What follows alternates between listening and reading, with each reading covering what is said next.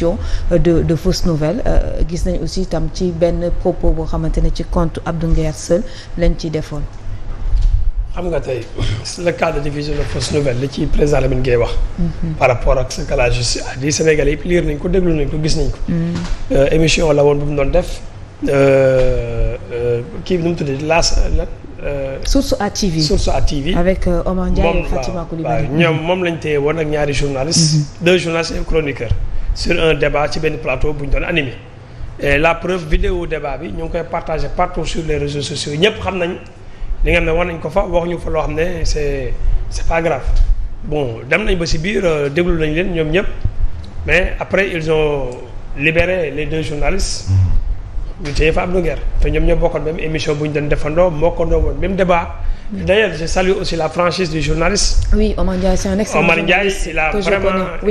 wax na ne carrément yaakaaruñu woon a def li des parce que yaakaar na ne ñooy génnandoo ndax ñoo defandoo émission ci plateau bi ñoo waxandoo te lépp loo xam ne moom lañ ko toppee moom la ñu toppee woon. moom lañ ko toppee la ñu toppee. donc waroon nañ ko bàyyi mu ñibbi je ne vois pas que gisuma leen lu tax ñu war ko fay téye.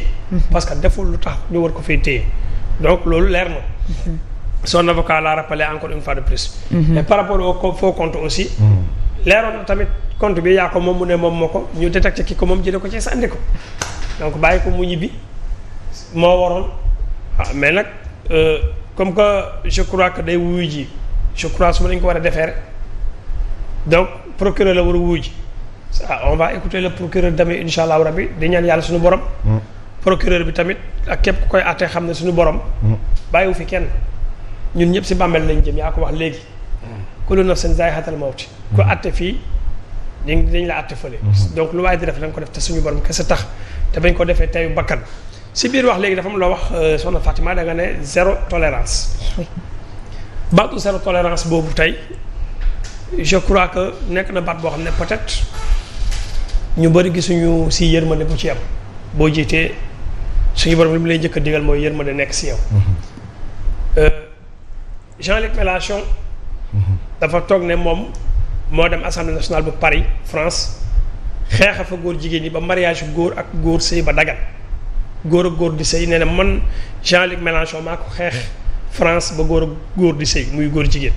lu suñu diini islam araamal dàq ko Jean-Luc Mélenchon ñëw na Sénégal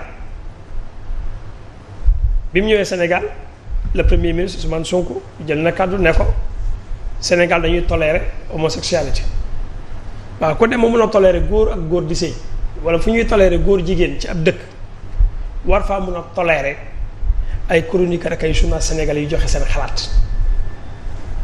voilà. ku dem ma mën a tolérer homosexualité ci ab dëkk. te wax ko Sénégal yëpp ko dégg ci université nga war a mën a tolérer ay citoyens sénégalais yoo xamante ne.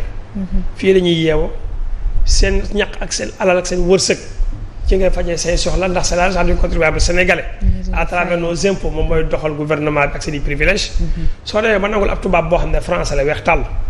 problème mbirum góor jigéen ba nga ne tolérer lañ ko war ko mën a war a mën a tolérer sénégalais boo xam ne day toog joxe xalaatam ci réew mi parce que ñoo bokk réew mi ci ñaaree ba mooy suñu autorité bokk Sénégal nos autorités politiques ont des références à travers leur idéologie politique l'idéologie socialiste am na fu mu référé wu l'idéologie communiste am na fu mu référé wu l'idéologie libérale am na fu mu référé wu ku si nekk si ñoom am nga livre wala koo xam ne moom ngay incarné mais je vais toucher un peu Nelson Mandela et parce que très souvent j'entendais que dans l'opposition le pouvoir actuel ils incarnaient toujours l'image de Nelson Mandela à travers la révolution de Nelson Mandela. ces idéologies. bon mun na bañ a nekk idéologie. Mandela du idéologie. Mandela révolution la woon boo xamante ne apartheid la woon injustice tegu ci seen kaw ñoom nit ñi ñu koy xeex ne ñoom moom seen dëkk amuñu droit ak sañ-sañ xëy leen seen liberté ak seen àq ak yelleef c'était ça la source et la base de l'apartheid ñoom ñu ne dañuy xeex seen liberté xeex seen dignité. tey loolu moo may Nelson Mandela mu nekk 26 ans ci kaso moo tax ma ne la révolutionnaire phare dans le monde entier c'est Nelson Mandela il y a pas d'autre révolutionnaire moom rek la keneen ku def da ngaa imiter ci moom te les formes de révolution dañu wuti il combattait l'injustice Nelson Mandela dafa wax ne je ne suis pas vraiment libre si je prive quelqu'un d'autre de sa liberté tout comme je ne suis pas libre si l'on me prive de ma liberté li mu wax leer na mënuma libre su fekkee maa ngi xañ nit ki liberté comme aussi tout comme je ne suis pas libre si l'on me prive ma liberté suñu ma xañee sama liberté man tamit du libre ma Nelson Mandela waxat na ne la liberté ne peut jamais être tenue tenue pour acquise.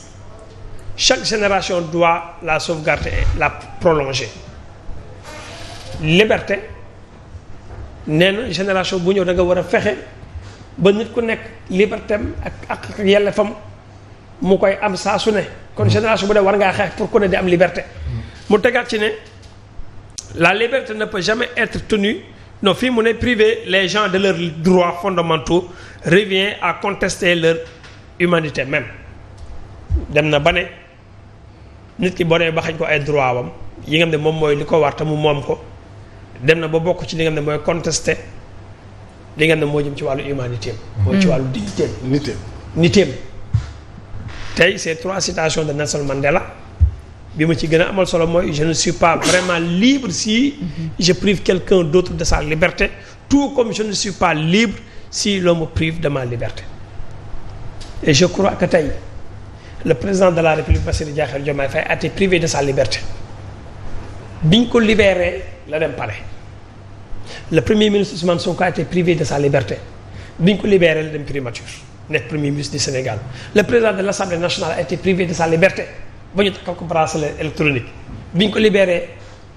ci la dem président nekk président Assemblée nationale. muy 3 yoo xamante ne tey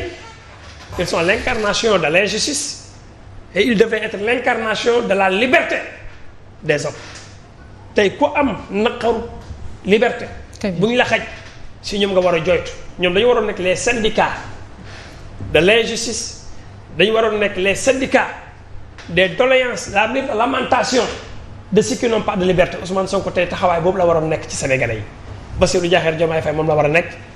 El Malick Ndiaye moom la war a nekk même si la liberté d'opinion ak la liberté d'expression bi ñuy wax offensé na leen wala touché na leen. Ils doivent trouver une manière la plus élégante pour dire que cette façon-là doxul parce que jaar nañ si. Donc je crois que tey élégance de la liberté ñu ngi koy natt tey ci balance justice Seydina Mohamed sallallahu alayhi wa sallam wax na ko nee na atte daa war a équilibre équitable équilibré wu balance lañ jël def comme nattukaayu justice ñu ne bu ëppee baaxut su wàññee baaxut booy jënd ceeb même su fekkee benn pepp bu wàññi lu mu la bëgg ak lu mu la yërëm soo ko dee jaay ma liibaru ceeb bu la jaayee liibaru ceeb bu toll pile bu tabaate loxo ceeb sotti ci rek nee na loolu xaraam na. il préfère sax bu dikkati ko sotti ko sa loxo pour wane yàlla suñu borom. ni mu équilibré justice ni yàlla wane ne yàlla suñu borom moo gën a maandu ñëpp nag ndax justice bi ci jiitu mooy maandu rek bi ci jiitu mooy say atte nga atte ci loi règle ak texte te bañ a atte sa teyu bakkan te bañ a atte ci ndigal gu ñu la jox pour nga atte ko noonu parce que nag suñu borom gëmmul nelaw lu waaye jëf ren balaa déwén suñu borom neen dinaa ko attewaat donc tey vraiment ñu bëri pratiquement dañoo mel ni sax ñu jaxasoo ñu bëri mel ni sax ñu tiit et que mënuñoo nekk ci ab réew boo xam ne da nga fiy yeewoo juddoo fi si yaroo fi màggee fi ba am fi at yi fi am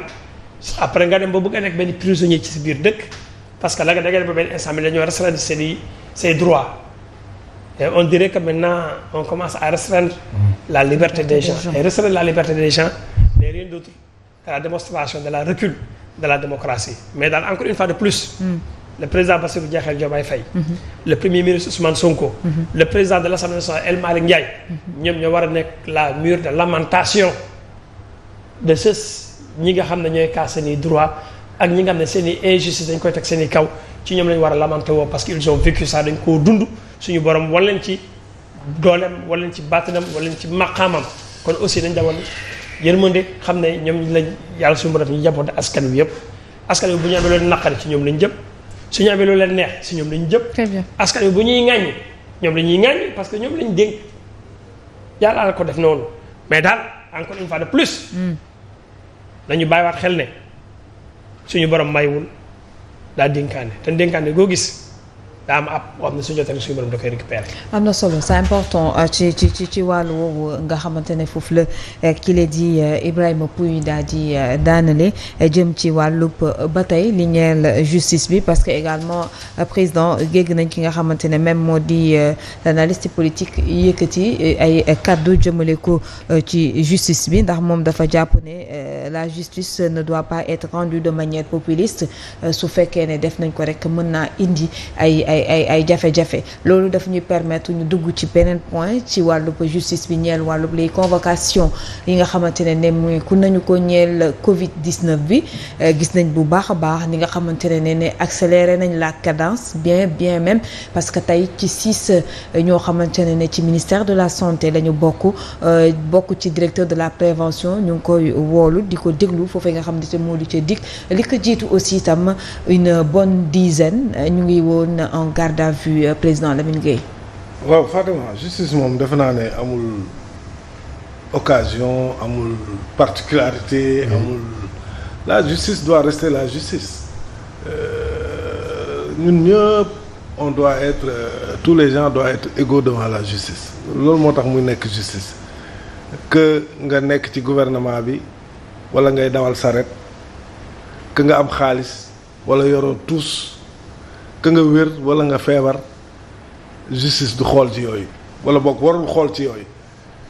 moo tax justice am solo souvent je le dis dëkk moom mën naa ñàkk lépp sauf justice parce que soo amee justice rek justice day aéré xol yi parce que mën nañ laa def dara sax mu metti la lool nga dem justice fajal la ko mais su amul rek on est tenté